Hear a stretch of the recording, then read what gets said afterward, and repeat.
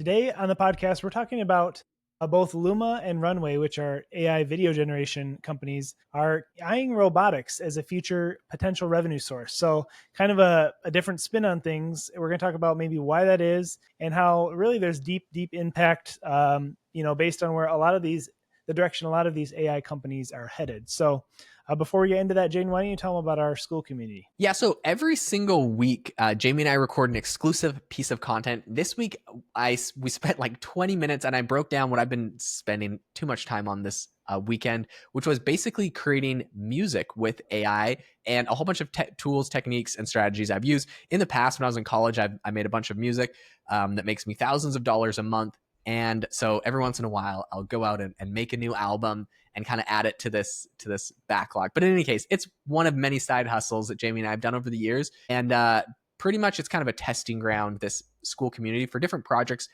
using AI to grow and scale our businesses that we have. So if you have a business or career that you're interested in growing and scaling with AI tools, or you'd like to start an AI side hustle to make money, go check out the AI Hustle School community. It's $20 a month. You can lock in that price forever. If you get it now, it'll raise in the future. But thank you so much for hopping on, for tuning into the podcast. Let's get into what's going on with Luma and Runway. Okay, so Luma and Runway, two really big names in AI video generation. What's really interesting here is these were kind of the OGs in video. Runway especially. Luma came on a little later. Now, of course, we have like Google's VO3, which is really good. We have competition from OpenAI's Sora, which I feel like is sort of less good. I don't know. Sorry, everyone at OpenAI, don't be mad at me. Runway is really crushing this. And you'd think, okay, amazing, right? Like we're starting to see news headlines. Like Jamie and I did a whole podcast last week about like Netflix and how Netflix is starting to use AI in their, like, for special effects inside of their video, inside of some of their shows and movies to save money, basically. And you kind of think like, okay, like they got a lot of room to grow. These video companies are going to make a lot of money from like Hollywood, basically production, people making videos. Not the only area though that they're looking at making money from. It turns out that they're actually looking beyond the movie studios. Both of those companies have basically said that they're starting to be in talks with robotics and self-driving car companies to sell their technology to them as a huge revenue stream in the future. So basically the way this works is that in order to create like a really robust video or video tool, you have to kind of, it's kind of sucks for them. It's so much harder than, I don't know, like ChatGPT or something. You basically have to create a 3D world or 3D understanding of world. You have to understand physics, right? Like if someone's pouring a cup of water in a video, the video has to understand what happens to water when it gets poured. It has to understand the physics of the whole situation. If there's wind, it has to affect it. Like all of the elements and all of the things, they have to build this like really elaborate, basically 3D world for every video. Because the other thing you can do on a lot of these video tools is say camera pans up, sees this, shifts right, someone smiles, shifts left, tree falls down, right? Like you can explain basically the movement of the camera. And the way that often works is the video will, or like the tool will create like a 3D world pretty much, and then just stick this kind of artificial camera pointing around like you would in the real world. And it's got to understand the physics and all of this stuff. So anyways, what they realize is that technology they've developed to make really good, realistic videos is also very good for robotics, to sell to robotics companies so the robots can train and understand the real world, and also for self-driving car companies and anything that needs like real world simulated environments, basically. So, or kind of like footage that also can be sold for training for self-driving cars, right? So anyways, absolutely fascinating that this is one of their big revenue streams that they're kind of eyeing for the future. Yeah, I mean, I think, whether or not people like it, companies are looking to save money any way they can. And so a lot of dollars are going to be poured into robotics because robotics essentially can replace workers. And, so I think if you think about where this will go, there's almost not a single industry that won't be affected by AI long term. I mean, thinking about, I already know a lot of robotics are used in some certain surgeries. Think about, AI being able to do a surgery, for example. I don't know, maybe we wouldn't trust it yet, but in the future, it could be more accurate than a doctor. And I even, in the past week, saw a couple of clips from a Sam Altman interview where he basically said the same thing.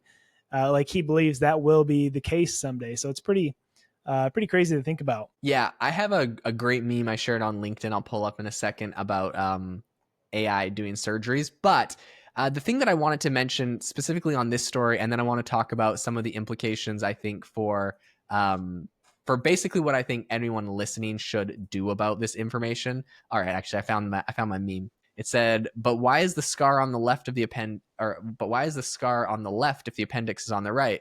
And then the robot talking to the patient says, "Dude, you're absolutely 100% correct. Your hawk-eyed brilliance saved us all. Let me try this one more time."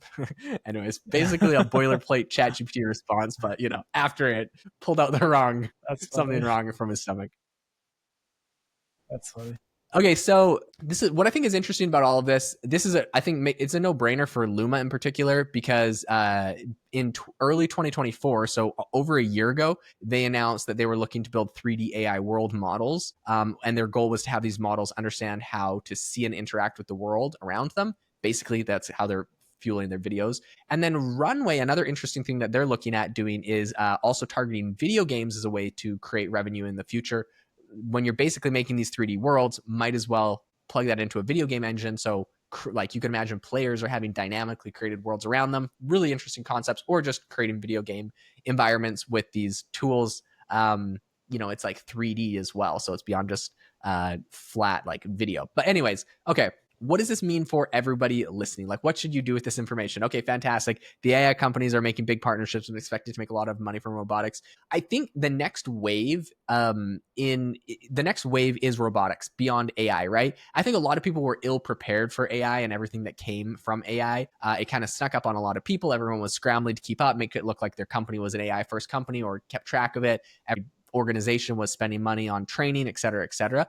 And I think the next wave is robotics. So what Jamie and I are saying on this podcast, you heard it here first, probably not. I know a lot of people talk about this, but we should all be preparing ourselves for the next wave of robotics, what that means for our careers, our jobs. As soon as you put AI into a robot, how does that impact not just what we do, but our industries, right? So I might do like marketing for a logistics company and be like, like I don't think a robot's going to come to my computer and do marketing. But think about the way that robotics is going to impact the logistics industry. Is that going to have any sort of negative or positive consequences on my business? What should I be like? What should I know about? How should I change my marketing strategies or pitches? What are the things I should be thinking about?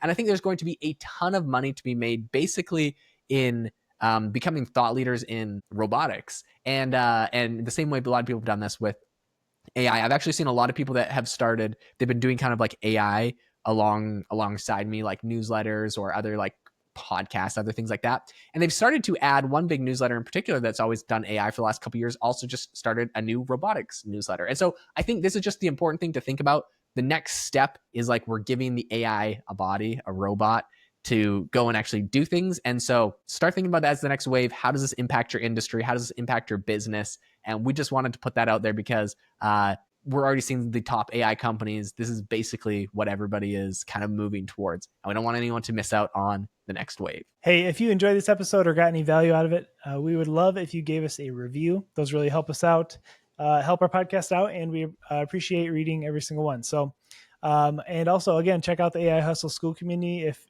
you like to learn more about AI and how it can grow your business or make you some money. Thanks for listening, and we'll see you next time.